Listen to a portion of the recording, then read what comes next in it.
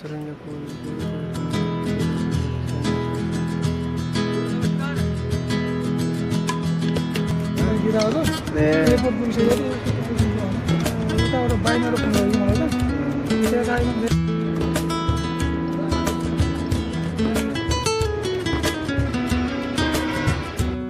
में हो भने यार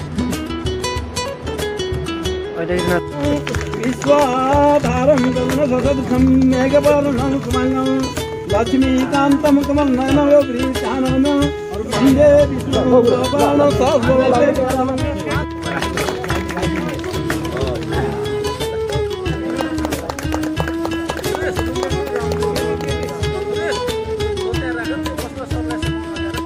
भवानी भयनाथा शत्रुनाथा चंडिकाया संनिमन वै कंकणवधनी नियामाय पुनमौलिनी यादवरे स्वाचिन्दमण्डवधनी यारजबीजासनी शक्ति सुमन संवदैत्य जननी या सिद्धलक्ष्मी कला साधुर्गा नवकोटिमूर्तसहितां मां पादविश्वेश्वरी हे गौरी सुते प्रभो गणपते अष्टसिद्धिवते हे स्वामी गजवल्भे गुणधन्य रीतिमुपाय नमः दीपाय नमः दीपनारायण संगं कुलधूपं सुमन्दिनी सुपुष्पाणि मालत्यादिनी वो माहितानि पूजाभं पुष्पाणि प्रियतां प्रसंगतलं सवितकुण्डलं सवितवस्त्रं सुरसेरनहारवं गणेशाय नमः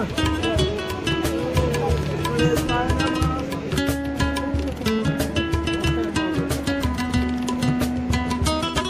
परिवासोजे दानो रसिबारोजे अवमित्रममित्रो वासुदारस्तं गुरुवा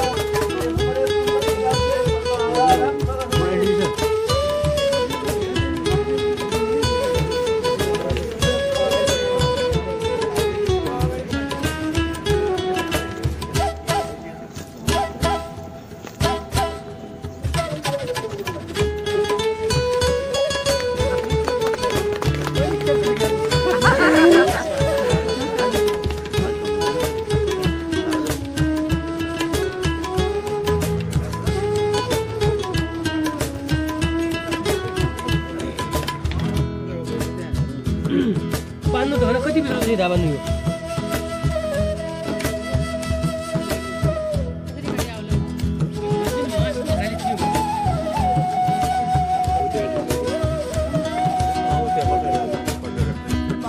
पुण्य गाउँ भगवतीको भाइ नुवादेवसम्म हामीले एउटा पर्यटकलाई जोड्ने एउटा चाहिँ पैदल मार्ग पनि हामीले बनाएका छौँ नगरपालिकाले। त्यसै भगवतीमा चाहिँ हामीले त्यत्रो त्यो नवदुर्गा भगवतीको पनि अस्ति मात्रै पूजा भयो, क्षमा पूजा भएको छ, शक्ति पुराणको चाहिँ पूजा भएको छ। अब त्यसलाई पनि हामीले जोड्छ। त्यस्तै गरेर यो थला पार्क हाम्रो यो चाहिँ एक पत्ता लागिसकेको छ, हामी दिन तयार छु भन्नुभएको छ। कपडा पनि छ, त्यो यसलाई चाहिँ सङ्ग्रहालयको रूपमा हामीले राख्ने भनेका छौँ। नगरपालिकाले अहिले 25 लाख छुट्याएको छ। उतापट्टि खालो ठाउँमा चाहिँ सङ्ग्रहालय बनाउने, यहाँका पहिलाका पुर्खाहरूले गरेका ढिक्की जाँतो अनि कोत जस्तै भनौँ पहिला यहाँ कोतहरू थियो राखेको, अहिले ब्यारिकमा 2 ठाउँमा मात्र थियो, 4 ठाउँमा कोतहरू भए, तोपहरू के हो त्योहरू हराएर गएको छ। यो 4 ठाउँमा राख्ने अनि त्यसपछि खुँडाहरू भए, यी सबै कुराहरू सङ्ग्रहालयमा भित्रमा राख्ने र यहाँको पहिचान, यहाँका ड्रेसहरू कम्तीमा पनि लोप हुन नदिनको लागि हामीले यहाँ सङ्ग्रहालय बनाउने भनेका छौँ। ऐतिहासिक डोटेली राजाको कपडा हाम्रो यहाँ माझीको द्वारिया घरमा भेटिएको छ, त्यही बेलाको हामीले त्यो पनि यहाँ सिसामा ल्याएर यहाँ राख्ने भनेका छौँ। यसपालि हामीले 25 लाखमा चाहिँ त्यो सङ्ग्रहालय जति हुन्छ हामीले चाहिँ ढुङ्गा त्यस्तै बाहिर सिमेन्ट पनि नलगाउने कटिङवाला, जस्तै दरबारको कटिङवाला ढुङ्गा छ त्यो खालको बनाउने भन्ने हाम्रो योजना पनि छ। र बल्ल त पर्यटकहरूलाई चाहिँ भित्राउन सकिन्छ हामीले। र त्यो सबै कुराहरू 4 धाम यही छन् भन्ने कुराहरू महात्मामा पनि लेखिएको छ। त्यो भएको हुनाले यसलाई चाहिँ हामीले कसरी यो डोटेली राजाको दरबार पनि हो, यो डोटेली राजाको दरबार हो। उहिलेको रानीहरू यहाँबाट भित्रबाट पसेर तपाईँको त्यहाँ गुफा छ होइन, तल यहाँ चाहिँ त्यसलाई सूर्य कुण्डल भन्छ, द्वारी खोलाको र सेती नदीको मुखलाई चाहिँ सूर्य कुण्डल, त्यहाँ नुहाएर भित्रभित्रै उहाँहरू चाहिँ यहाँ पर्ने। यो विशेष गरेर मान्छे अलि मुख्यमन्त्रीज्यूले भनिसक्नु भएको छ, प्राय गरेर यो मान्छेलाई ओहोर दोहोर भन्दा 2टा पर्यटकहरूलाई एक पर्यटकबाट अर्को पर्यटक गन्तव्य पुगाउनको लागि दिपाइचिला नगरपालिकाले हरेक ठाउँमा जोड्ने काम गरिरहेको छ।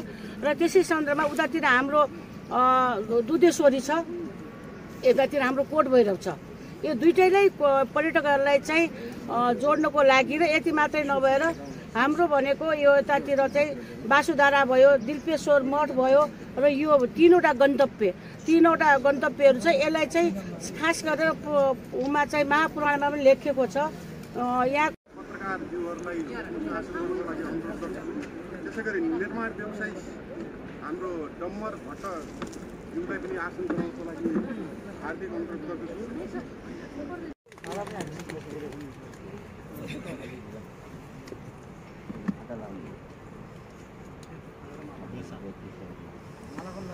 वडा नम्बर 5 का वडा अध्यक्ष श्री मदन भण्डारीज्यूलाई हार्दिक अनुरोध गर्छु। वडा नम्बर 3 का वडा अध्यक्ष मर्मत सम्मार गरेर त्यसैलाई वरपर सफाई गरेर पछि आउने हाम्रा बालबच्चाहरूले पनि त्यो देख्न सकुन्, यस्तो पनि रहेछ हाम्रो ठाउँमा भनेर।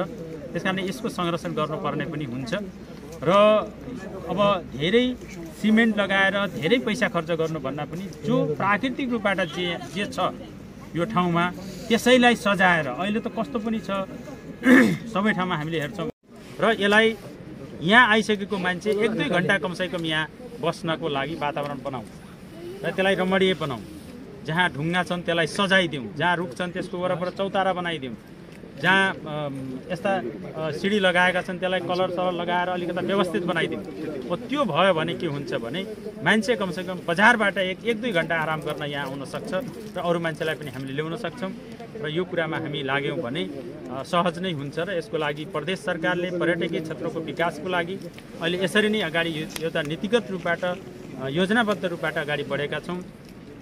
अस्ति मात्रै मैले लगायत लागेको समयमा अलिक बढी भिडभाड हुने ठाउँ पनि भएको हुनाले पुललाई मजबुत बनाउने त्यसको स्ट्रक्चर यस्तो बनाउनु पर्यो कि जो भोलि कुनै दुःखद चिज नहोस्, यसमा विशेष रूपबाट ध्यान दिनु जरुरी हुन्छ।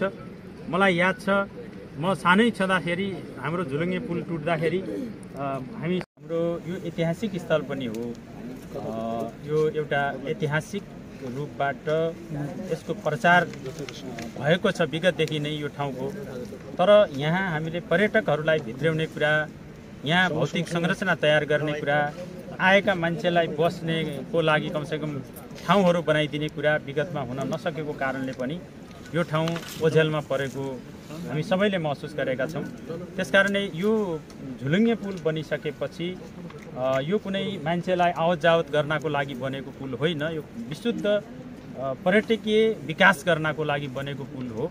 त्यसकारणले यो पुल बनिसकेपछि यो प्रति मान्छेको आकर्षण बढ्दै जान्छ र यहाँ अरू चिज पनि गर्न बाँकी छ। जस्तै यता पानी टङ्कीको नजिकसम्म गाडी आउनको लागि बाटो बनाउने कुरा, यो यहाँबाट तल जाने सिडीलाई अलि व्यवस्थित गर्ने कुरा, यहाँ माथि आएको मान्छे कमसेकम यहाँ 1-2 घण्टा बिताउन पाओस् त्यसको लागि बस्नको लागि बनाउने कुरा, यो जो कोट छ यो कोटमा जुन पुरानो जीर्ण भइसकेको छ, टुटफुट भइसकेको छ, यसलाई जस्ताको तस्तै वरपर सफाई गरेर राख्ने कुरा, किनभने पछि आउने मान्छेले पनि यहाँ यस्तो रहेछ विगतमा भन्ने कुरा थाहा पाओस्। अहिले कस्तो भइरहेको छ भने हिजोदेखि यस्ता प्राकृतिक नभएर ऐतिहासिक स्थलहरू जो छन् त्यसलाई हामीले सिद्ध्याएर नयाँ सिमेन्टका घर बनाउने जुन पछिल्लो चरणमा अलि बढी फेसनको छिटोभन्दा छिटो यसको निर्माण कार्य सम्पन्न गराउनु हुनेछ र त्यो आधारमा यसले सुदूरपश्चिममा मात्रै नभएर समग्र रूपबाट यहाँको ऐतिहासिक कुराहरूलाई हेर्न पाउने, बुझ्न पाउने र पर्यटकहरू आएर कमसेकम यहाँ आफ्नो मनोरञ्जन गर्न पाउने हिसाबबाट जो झुलुङ्गे पुलको शिलान्यास भएको छ र यो सफल रहनेछ र यसको लागि म नगरपालिकालाई शुभकामना दिन चाहन्छु। र यो सँगसँगै नगरपालिकाको साझेदारीमा सञ्चालन भएको यो निर्माण कार्य मा जुन रकमको अभाव भनेर जुन कुराहरू यहाँ सुन्न पाएको छ, खास गरेर 22-23 लाखको जुन अभाव भएको छ, तपाईहरू काम गर्दै जानुहोस्, तपाईहरूलाई यो रकम प्रदेश सरकारले उपलब्ध गराउनेछ। यसलाई रकमको अभाव हुँदैन र किनभने ठेकापट्टा भइसकेपछि छिटोभन्दा छिटो आफ्नो काम सम्पन्न गर्ने त्यो आधारमा नगरपालिकामा त्यो रकमको अभाव भएको अवस्थामा पनि हामी तपाईहरूलाई पैसा प्रदेशले नै दिन्छ र बाहेक पहिलोचोटि सुदूरपश्चिममा त्यो सञ्चालनमा आएको छ र योभन्दा पहिले काठमाडौँमा मात्रै थियो। हाम्रो सामान्य थर्मामिटर बिग्रियो, त्यो मसिनहरू कुनै बिग्रियो भने कि त थन्क्याउनु पर्ने कि त काठमाडौँ गएर उपचार गर्नु के अरे त्यसको मर्मत गर्नुपर्ने जुन समस्या थियो अब त्यसको समाधान भएको छ र मलाई लाग्छ वरपरका प्रदेशहरूले पनि यहाँ मर्मतको लागि सामान ल्याउँछन् र काठमाडौँभन्दा बाहिर पहिलोचोटि सुदूरपश्चिममा स्थापना भएको छ, त्यही पनि डोटीमा स्थापना भएको छ। अहिले भर्खर त्यसको उद्घाटन गरेर आएको छ।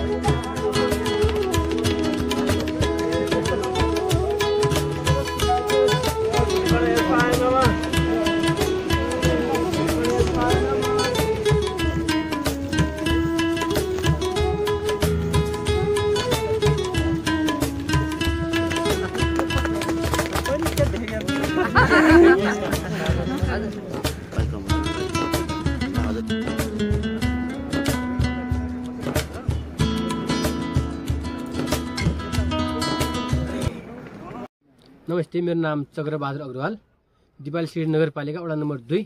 अहिले चाहिँ म कार्यभाग अध्यक्ष छु। यो चाहिँ पुरानो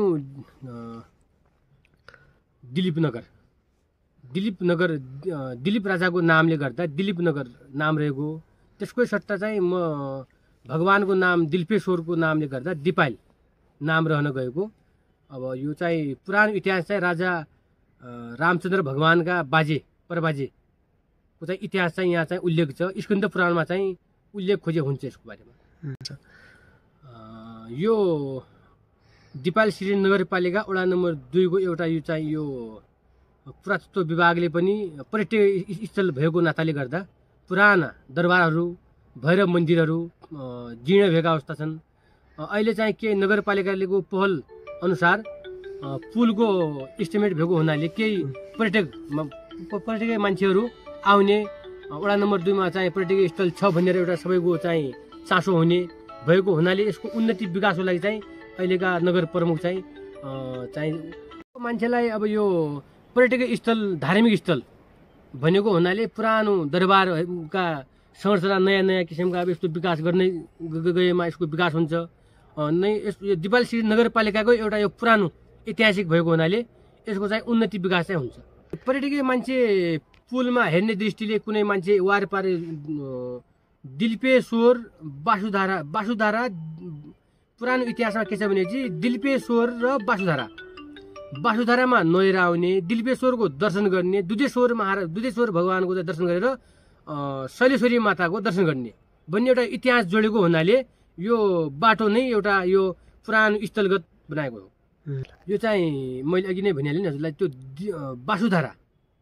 बासुधारामा स्नान गरेर दिल्पेश्वरको दर्शन गरेर ध्रुवेश्वर भन्छ यसलाई, ध्रुवेश्वरको दर्शन गरेर शैलेश्वरी माताको दर्शन गर्नेमा उत्तम छ भनेर स्कन्द पुराणमा लेखेको हुनाले विभिन्न ठाउँबाट मान्छेहरू आउने, यस्तो बाटो सहज वातावरणमा मिलाइदिए भए त उन्नति विकास हुन्छ भन्ने एउटा सोच गरेका छौँ हामीले। यहाँ कोर्ट भएरमा मुख्यमन्त्री आउने हुनाले यहाँ बसेका छौँ हामीहरू। त्यही भएर चाहिँ चेक दिइदिए भाइलाई। भर्टिकल डिस्टेन्स भने 70 मिटर जति हाइट छ तल नदीको सतहदेखि लिएर तपाईँको झोलुङ्गे पुलको तल्लो अठासम्म र अब यो यसको पुल लम्बाइ चाहिँ 200 मिटर। हाम्रो डिजाइन लेन्थ भने 200 मिटर।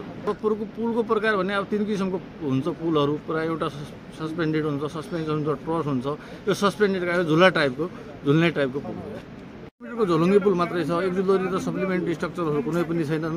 अब यसको लागि एक्सिस ट्रेलको लागि पनि हामीले अहिले आफ्नै हिसाबले बाटो बनाइरहेको छौँ आउनलाई।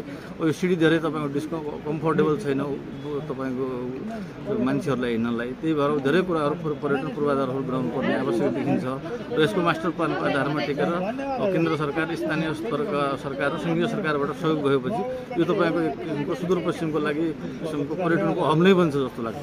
यस्तो पुल अहिले यो सुदूरपश्चिममा मैले तपाईँको मेरो हातबाट 60-70 वटा पुल बनाइसकेँ होइन। तर यो सबभन्दा राम्रो पुल भने यो अहिले टुरिज्मको लागि यो फर्स्ट पुल हो। यतातिर यो हाई टेन्सन लाइनको प्रब्लम छ। यो हाई टेन्सन लाइन तुरुन्त विद्युत प्राधिकरणले हटाइदियो भनेपछि हामी तपाईँको गेटभित्रै सिद्ध्याएर उहाँहरूलाई दिन्छौँ। दत्त भट्ट, म देवभूमि कन्स्ट्रक्टर तथा क्वालिटी सप्लायर्सको प्रोप्राइटर हो। घर चाहिँ मेरो डडेलधुरा हो। अब यो झोलुङ्गे पुल यो नगरपालिकाको आन्तरिक कोषबाट र प्रदेश सरकारको सहयोगमा अनि यो पर्यटन पूर्वाधार अन्तर्गतको उद्देश्यको लागि बनाइँदैछ होइन सर। अब त्यही भए हुनाले अब हाम्रो यो 2078 3 महिना 17 गते सम्झौता भयो हो। अब हामीले 2069 3 महिना 15 गतेभित्र सक्ने लक्ष्य छ। तर मैले चाहिँ वैशाखभित्रै सक्ने लक्ष्य बनाएको सबै कुरा मिल्यो भने बान्नु त घर कति भित्र चाहिँ धाबान्नु यो